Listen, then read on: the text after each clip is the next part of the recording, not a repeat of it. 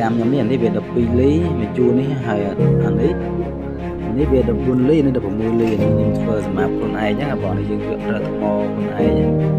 វាមានសាច់វាមិនដូចគេរបស់គេស្លចាស់សាច់វាមានជាប់សារាយវាមានជាប់ខ្មៅទីទួតទីអញ្ចឹងណាខ្លះសម្រាប់ប្រើខ្លួនឯងខ្លះវាមានជាប់ទីទួតភាសាអីវាធ្វើថ្មធម្មជាតិបាទនេះប្រភេទខ្ញុំធ្វើអំពីត្រាំងបាទ14លីអត់12លីទេក្នុងត្រាំងមកក្នុងត្រាំងហើយនឹងជួយឆ្លាក់សត្វនេះសត្វPVC ហើយនឹងសត្វទៅគេកបាទcònឈ្នួលនេះមួយក៏30រៀលដែរគេយកជាងទៅឯងទេពេលត្រាំងបាទ